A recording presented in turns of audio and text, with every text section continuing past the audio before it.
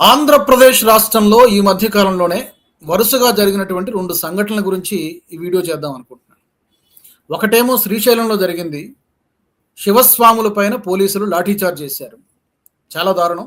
రెండోది శ్రీకాళహస్తిలో మహాశివరాత్రి పర్వదినాన భక్తులపైన అక్కడ పోలీసులు చేదరించుకుంటున్నారు. ఏమని అడిగితే గసిరి కొడుతున్నారు. 4-5 గంటల పాటు వాళ్ళని లైన్లో నిల్చోబెట్టి ఎందుకు ఇంత లేట్ అవుతుంది, కేవలం వీఐపీలకైనా దర్శనం మాకు లేదా అని చెప్పి అడిగితే పోలీసులు వాళ్ళని పట్టించుకోవట్లేదు. ఈ 2 సంఘటనల్లో ఏం జరిగిందో 2 వీడియో క్లిప్స్ పక్కపక్కనే బాక్సుల్లో వేస్తాను, ఒకసారి చూడండి. ఎంత దారుణంగా పోలీసులు ప్రవర్తిస్తున్నారనేది. భక్తుల పట్ల ఇలా ప్రవర్తిస్తారా? ఎంత దారుణంగా ప్రవర్తిస్తారా? ఒక్కసారి వీడియో క్లిప్స్ చూడండి, తర్వాత నేను మాట్లాడతాను.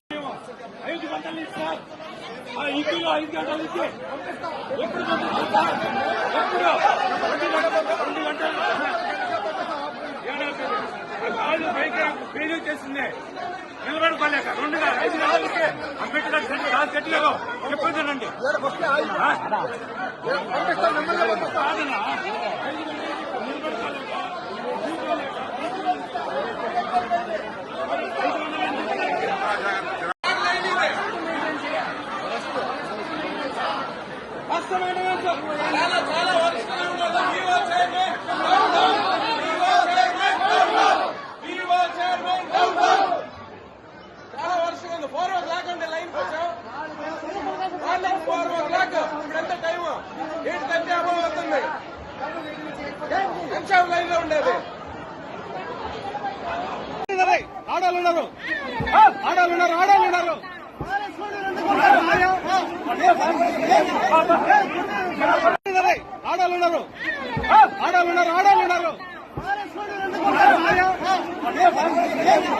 చూశారు కదా ఎంత దారుణం.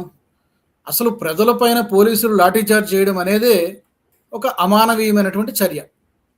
అలాంటిది భక్తులపైన, మాలధారణలో ఉన్నటువంటి భక్తులపైన, శివస్వాములపైన పోలీసులు లాఠీచార్జ్. ఎంత దారుణం అండి ఇది. తప్పు కదా.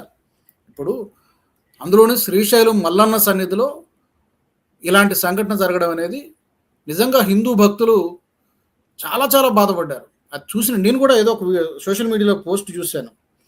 After Srisailam now it's Srikalahasti, Hindu భక్తులు దయనీయమైనటువంటి పరిస్థితి చూడండి అని చెప్పి ఎవరో ఒక భక్తుడు సోషల్ మీడియాలో పెట్టినటువంటి పోస్ట్ ఇది. ఆయన ఏం పెట్టాడు ఒకసారి చదువుతా. యాక్చువల్గా the government takes all the hundi money but cannot even provide basic amenities to bhaktas. Government will give salaries from imams, pastors from temple hundi money. భక్తులు ఇచ్చే కానుకలు తీసుకుంటారు, భక్తులు ఇచ్చే హుండీలోంచి ఆదాయం తీసుకుంటారు, కానీ వాళ్ళకి కనీస వసతులు మాత్రం కల్పించరా అని ఆ భక్తుడి ఆవేదన. అండ్ ప్రభుత్వం ఇమాములకు శాలరీలు ఇస్తుంది, పాస్టర్లకి కూడా కొన్ని నిధులు కేటాయిస్తుంది ఈ హిందూ ఆలయాల ద్వారా వచ్చినటువంటి మనీ నుండి, కానీ హిందూ భక్తులు మాత్రం పట్టించుకోరా అనేది ఆ భక్తుడి యొక్క ఆవేదన. మరి మినిస్టర్లు అందరూ కూడా కనీసం దీనిపైన స్పందిస్తారా, ట్వీట్ చేస్తారా అని చెప్పి ఆయన క్వశ్చన్ చేస్తూ ఉన్నాడు ఈ ట్వీట్లో. ఈ ట్వీట్ కూడా మీకు డిస్ప్లే చేస్తాను. నిజంగా ఈ 2 సంఘటనలు చూసిన తర్వాత నాకు అనిపించిందండి, ఇది ఏమైనా తమిళనాడు రాష్ట్రమా లేకపోతే కేరళ రాష్ట్రంలో ఉన్నామా అని నాకు కేసేపు అనిపించింది. ఎందుకంటే అక్కడున్న 2 ప్రభుత్వాలు, కేరళలోను తమిళనాడులో ఉన్నటువంటి 2 ప్రభుత్వాలు హిందూ వ్యతిరేక ప్రభుత్వాలు. హిందూ అనేటువంటి మాట వాళ్ళకి గిట్టదు, పడదు. హిందుత్వం అనేది ఏదో భూత పదంలాగా వింటారు. హిందూ మతాన్ని నిర్మూలించాలి, అదొక డెంగ్యూ మలేరియా అని మాట్లాడినటువంటి మంత్రులు ఉన్నారు అక్కడ. ఉదయనిధి స్టాలిన్ మాట్లాడాడు కదా హిందూ మతాన్ని నిర్మూలించాలని చెప్పి. అలాంటి రాష్ట్రాల్లో ఇలాంటి సంఘటనలు జరిగాయంటే నేను పెద్దగా ఆశ్చర్యపోను. కానీ ఆంధ్రప్రదేశ్ రాష్ట్రంలో ఇలా జరగడం ఏంటనేది నాకు అర్థం కాలేదు కాసేపు.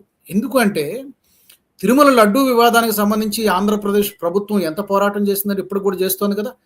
ముఖ్యమంత్రి చంద్రబాబు నాయుడు గారు కానీ, ఉప ముఖ్యమంత్రి పవన్ కళ్యాణ్ గారు కానీ ఎంత మాట్లాడారు, ఎంత దాని మీద గత ప్రభుత్వం పైన విమర్శలు చేశారు.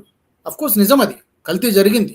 ఆ విషయం సిట్టు విచారణలో వచ్చినటువంటి రిపోర్ట్లో కానివ్వండి, సిబిఐ ఛార్జ్షీట్లో కానివ్వండి, ఇవన్నీ కూడా తెలిసే.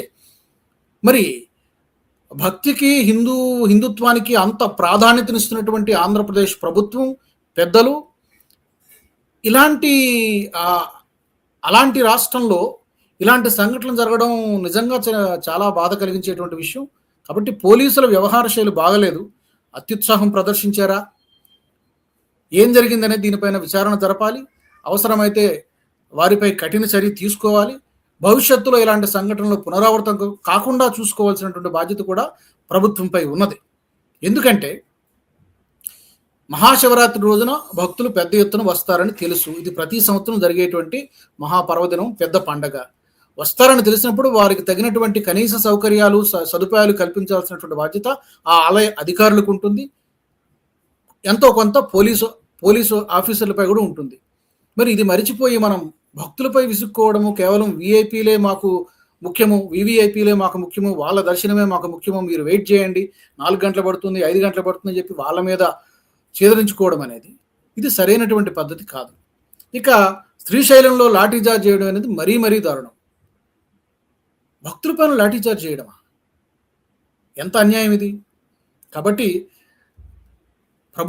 ఏపీ ప్రభుత్వానికి విజ్ఞప్తి ఏంటంటే, సనాతన ధర్మం గురించి మనం చాలా గొప్పగా మాట్లాడుకుంటూ ఉన్నాం, మీ పోరాటం కూడా చేస్తున్నారు. పవన్ కళ్యాణ్ గారు మాట్లాడారు, ఒక సనాతన ధర్మ పరిరక్షణ బోర్డు ఒకటి ఏర్పాటు కావాలని మాట్లాడారు. చాలా మంచి లక్ష్యం, అది నెరవేరాలని మనం కూడా కోరుకుందాం. కానీ ఇలాంటి గొప్ప ఆశయాలు కలిగినటువంటి ఇద్దరు పెద్దలు, ఒకరు చంద్రబాబు నాయుడు గారు, ఇంకొకరు పవన్ కళ్యాణ్ గారు, ఇద్దరు కూడా హిందుత్వానికి, హిందూ ధర్మానికి ఇచ్చేటువంటి విలువ మంచిదే. కానీ అలాంటి వారు అధిపతులుగా ఉన్నటువంటి రాష్ట్రంలో ఇలాంటి దురదృష్టకరమైనటువంటి సంఘటనలు జరగడం నిజంగా చాలా విచారకరం.